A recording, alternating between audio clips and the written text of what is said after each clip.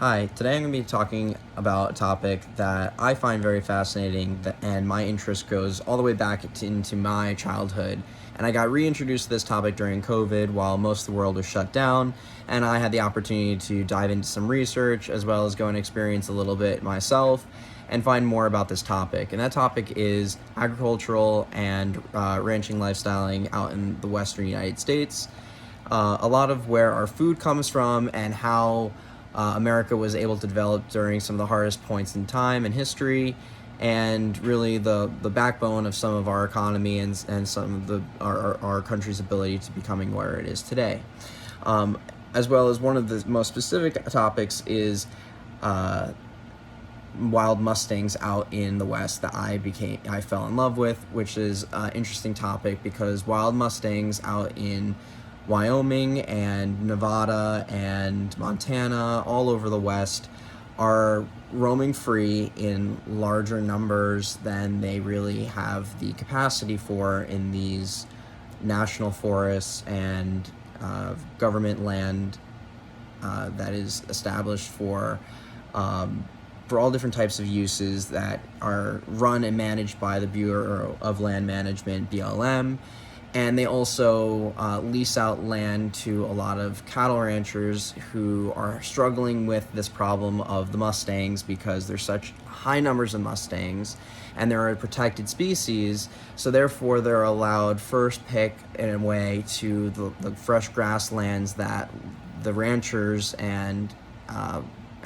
farmers want to have their livestock feed off of. And so when these mustangs come through their land, they have a huge struggle that year with being able to produce healthy and well-weighted livestock. And the other problem that happens, and the circumstance of having such an overpopulation of mustangs, is eventually they overly graze themselves and wind up not having enough food and nutrition for their own population to survive on and wind up dying by the thousands.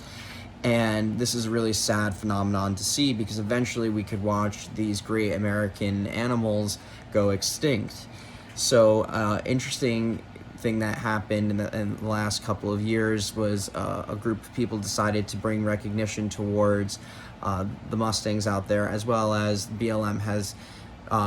created challenges and support to trying to find homes and adoption for the mustangs. They also created a 100-day Mustang challenge, which I got an opportunity to see a very small part of, but it interested and fascinated me enough to go on and continue to research it, where individuals get out of a lottery a Mustang that is caught in the wild, and the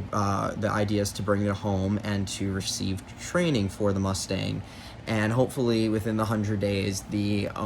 new owner is able to adopt and train the Mustang to a well enough standard that it is able to compete in a small competition amongst some of the other and better trained Mustangs in this competition. And the winner takes home first prize. And this is a wonderful thing because it allows for Mustangs that could possibly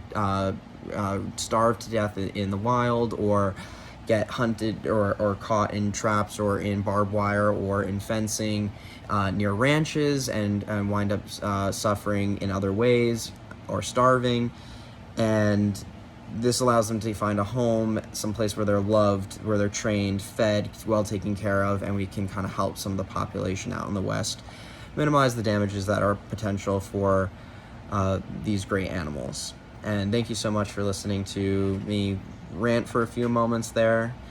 and have a great evening.